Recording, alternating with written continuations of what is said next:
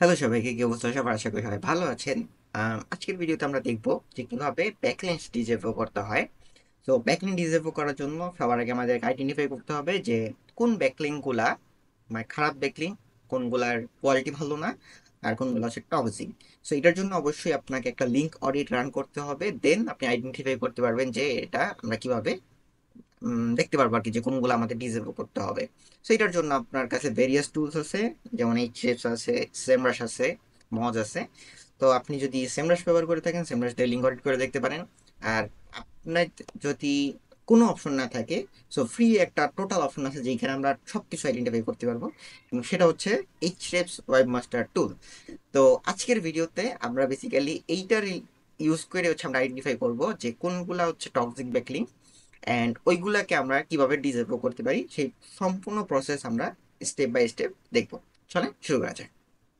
So first of all আমরা যেটা করব যে আমরা এইচডিএফসি এর যে ওয়েবমাস্টার টুলের যে ওয়েবসাইটটা আছে আমরা সেইখানে চলে যাব। অ্যান্ড আপনি যদি এটা এর আগে কখনো ইউজ করে না থাকেন, তাহলে অবশ্যই আমার সাজেশন থাকবে যে আমার এটার উপর একটা ডিটেল ভিডিও আছে যে এটা আসলে কি কিভাবে কাজ করে। সো আপনি ওইটা দেখে নিন, আর যদি আপনি অবশ্যই এটার সম্পর্কে অবগত থাকেন তাহলে সমস্যা নেই। সো আমরা এখানে আসার পর হচ্ছে লগ ইন করে নেবেন। আমার অলরেডি লগ ইন করা আছে। So আমরা জাস্ট এখানে ড্যাশবোর্ডে যাব, অ্যান্ড আমরা সিম্পলি হচ্ছে আমাদের ওয়েবসাইটে চলে যাই, যেটার জন্য আর কি আমি অ্যাকচুয়ালি এটা দেখাইতেছি।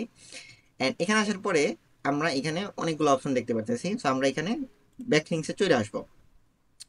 এখানে আসার পরে আমাদের কাছে দুইটা অপশন থাকবে, একটা হচ্ছে ব্যাকলিংকস আর একটা হচ্ছে রেফারিং ডোমেইন। তো রেফারিং ডোমেইনে যদি আমরা যাই, এখানে ওই ডোমেইনগুলো আমরা দেখতে পারবো যেগুলো থেকে আমাদের ওয়েবসাইটটা লিঙ্ক পাইছে। এন্ড ব্যাকলিংক অ্যাকচুয়ালি আমরা ওইগুলো দেখতে পারতেছি যেই পেজগুলো থেকে আমরা অ্যাকচুয়ালি লিঙ্ক পাইছি। তো এখন এখানে দুইটা ক্রাইটেরিয়া আছে। একটা হচ্ছে যে আমরা যদি ডোমেইনটাকে ডিসেবল করে দেই, তাহলে এই ডোমেইন থেকে যতগুলো পেজ চেষ্টা করেই হোক আমাদেরকে আর লিঙ্ক দিতে পারবে না, মানে এই ডোমেইনটাকে বেসিক্যালি একদম ব্লক করে দেওয়া হবে। এবং আমরা যদি এইখান থেকে একটা পেজ ব্লক করে দেই, শুধুমাত্র ওই পেজটা ডিসেবল হয়ে যাবে। তো এখন বেস্ট অপশন কোনটা? বেস্ট অপশন আমাকে যদি জিজ্ঞেস করা হয়, তাহলে আমি বলবো যে রেফারিং ডোমেইনটাই ব্লক করে দাও যদি কোনো একটা স্প্যাম সাইট হয়।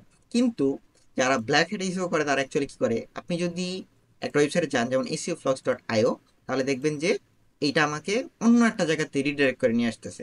দেখছেন, হোয়াটসঅ্যাপের একটা লিঙ্কে নিয়ে আসছে। সো বেসিক্যালি ওরা কি করছে যে এগুলো রিডাইরেক্ট ডোমেইন হিসেবে ব্যবহার করে, ওদের অ্যাকচুয়ালি কাজ অন্য কিছু। তো এই জন্য যেগুলা থার্ড পার্টি ওয়েবসাইট, মানে যেগুলা মানে এরকম টাইপের, এগুলার ডোমেন মানে ডিসেবল করে কোনো লাভ নাই। আপনাকে অবশ্যই যে স্পেসিফিক ইউআরএল থেকে লিঙ্কটা আসছে সেটাই ডিসেবল করাইতে হবে। তবে যেইটা আপনি নিজে বিল্ড করছেন অথবা যেই ওয়েবসাইটটা ড্রাইভ করলে স্পেসিফিক একটা হোম পেজে নিয়ে আসতেছে, সেইটাকে আপনি মানে যেই ডোমেন আমরা ঢুকবো সেই ডোমেনের ইউআরএল যেন নেওয়া যায়, তাহলে ওইটা ঠিক আছে। আপনি ওটা ডিসেবল করলে ওইটা ডিসেবল হিসেবে কাউন্ট হবে। সো আমরা জাস্ট যেটা করবো যে আমরা এইখানে খুঁজবো যে কোনগুলো আমাদের স্প্যাম। সো এইচরেফ যেটা করে যে এখানে নিজেই এগুলা সাজেস্ট করে যে কোনগুলা স্প্যাম ব্যাকলিংক। সো আপনি এখানেই দেখতে পারবেন। তো আপনি এখানে একটা জিনিস যদি খেয়াল করেন যে এই ওয়েবসাইটগুলোর ডিআর অনেক বেশি। তো আমরা কেন এগুলো ডিসেবল করছি? কারণ এগুলো আমাদের ব্ল্যাক হ্যাট প্র্যাকটিস হিসেবে কাউন্ট হবে, এবং আলটিমেটলি আমাদের ওয়েবসাইট যদি পেনাল্টি খাওয়া যায় তাহলে আমাদের অনেক বড় ক্ষতি হয়ে যাবে। তো আমাদের প্রত্যেক সপ্তাহে উচিত যে একবার করে হচ্ছে আমরা লিঙ্ক অডিট করে দেখবো যে নতুন কোন কোন ওয়েবসাইটগুলো আমাদের এখানে অ্যাড হইতেছে, এবং প্রত্যেক উইকেই এই প্র্যাকটিসটা আপনার রাখা উচিত যে কোন ব্যাকিংগুলো আমরা ডিসেবল করব। তো এরা এটা করতেই থাকবে, আপনি থামাইতে পারবেন না। এবং এজন্যই বেস্ট প্র্যাকটিস হচ্ছে যে আপনি প্রত্যেক উইকে একবার অডিট রান করেন। প্রত্যেক সপ্তাহে হাইয়েস্ট গেলে আপনি এক দুইটা ইউআরএল পাবেন, আপনি জাস্ট ডিসেবল লিস্টে দিয়ে দিবেন। সেটাই। তো এখন যেটা করতে হবে যে ডিসেবল করার জন্য আপনার লাগবে হচ্ছে একটা নোটপ্যাড, গুগল সার্চ কনসোলের অ্যাক্সেস, আর কিছু না। ইন্টারাপ্ট করার জন্য সরি, একটা ছোট্ট অ্যানাউন্সমেন্ট। খুব শীঘ্রই শুরু হতে যাচ্ছে আমাদের এসইও মাস্টার কোর্সের ব্যাচ 1। এই কোর্সে আপনি একদম বেসিক থেকে অ্যাডভান্স পর্যন্ত শিখতে পারবেন কিভাবে ফানেল বেসড কিওয়ার্ড রিসার্চ করতে হয়, কিভাবে কিওয়ার্ড ক্লাস্টারিং এবং গ্রুপিং করতে হয়, কিভাবে একটা 90 ডেজ রোডম্যাপ সাজাতে হয়, এবং সেই রোডম্যাপ অনুযায়ী কিভাবে নিজের অথবা ক্লায়েন্টের ওয়েবসাইট র্যাঙ্ক করানো যায়। তো সবকিছু আপনি বেসিক থেকে অ্যাডভান্স একদম hand on hand live project base শিখবেন। সো আপনার শেখায় কোনো ঘাটতি থাকবে না, এটা আমার প্রমিস থাকলো। অ্যান্ড যেহেতু আমাদের এটা ফার্স্ট পেইড কোর্স এবং লঞ্চ উপলক্ষে আমাদের কোর্স চলতেছে up to 80% discount. So next page থেকে কিন্তু এই ডিসকাউন্টটা থাকবে না। আর রাইট নাও যদি আপনি আমাদের এই কোর্সটা পারচেস করেন, মানে এই লাইভ কোর্স এনরোল করেন, তাহলে এইটার সাথে আপনি 3টা এক্সক্লুসিভ কোর্সের অ্যাক্সেস পেয়ে যাবেন একদম বোনাস, টোটালি ফ্রি।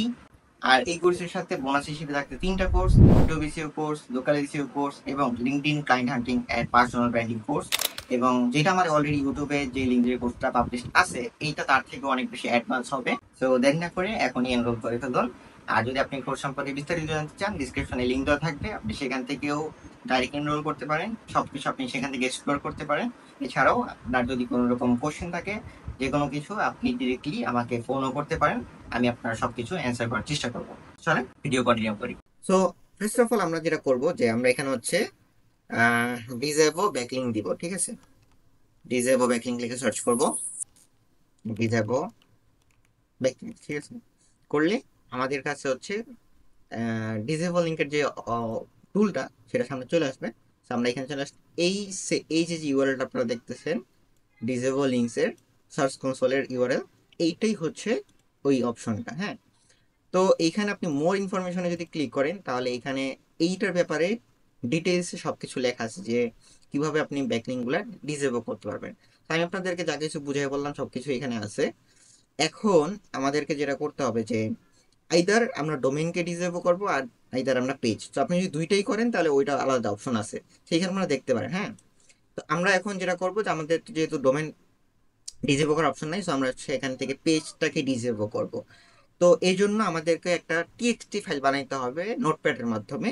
তো আমরা হচ্ছে এখান থেকে নোটপ্যাডটা ওপেন করে নিই। হ্যাঁ, তো নোটপ্যাডে আমরা যখন আসবো, আপনি নোটপ্যাডের নাম যে কোনো কিছু দিতে পারেন। সো এইখানে একটা কাজ করতে হবে কি, এই যে যে 2 pages to disable, এই যে টেক্সটটা আপনি চাইলে কপি করে নিয়ে আসতে পারেন। হ্যাঁ, তো আমি জাস্ট এইটাকে কপি করে নিলাম, অ্যান্ড কপি করার পরে হচ্ছে আমি নোটপ্যাডে চলে যাই।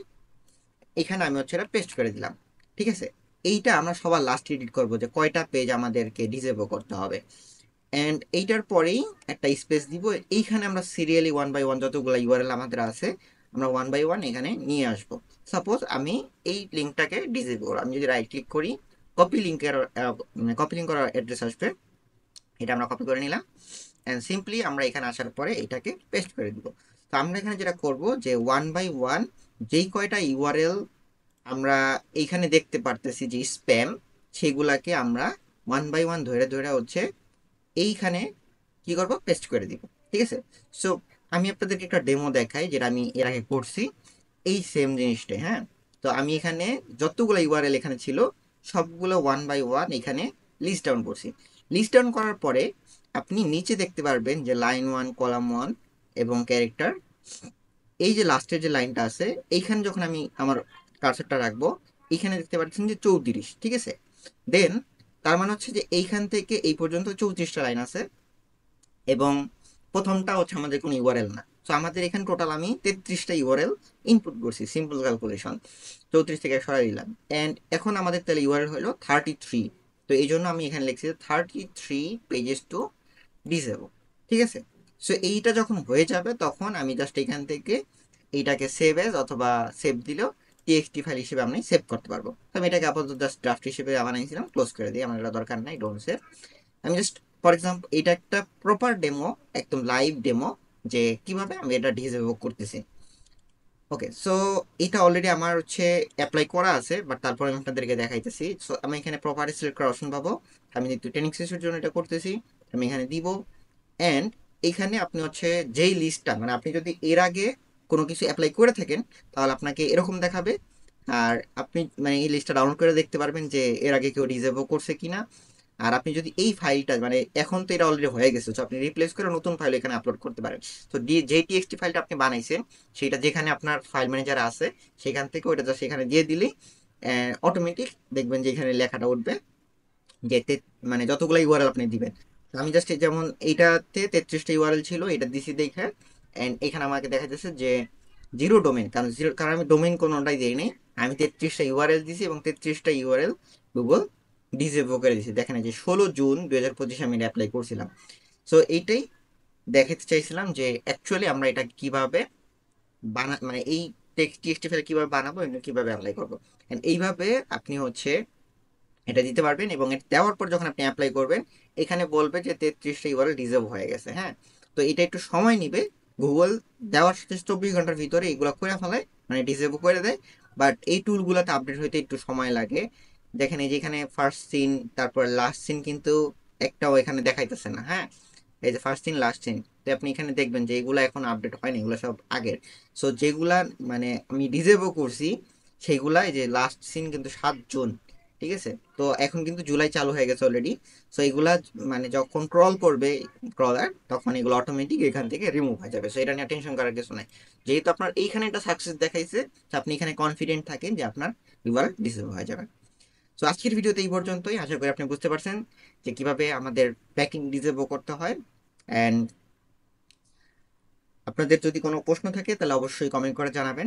দেখা হবে নেক্সট কোনো ভিডিওতে। Till then take care and good by.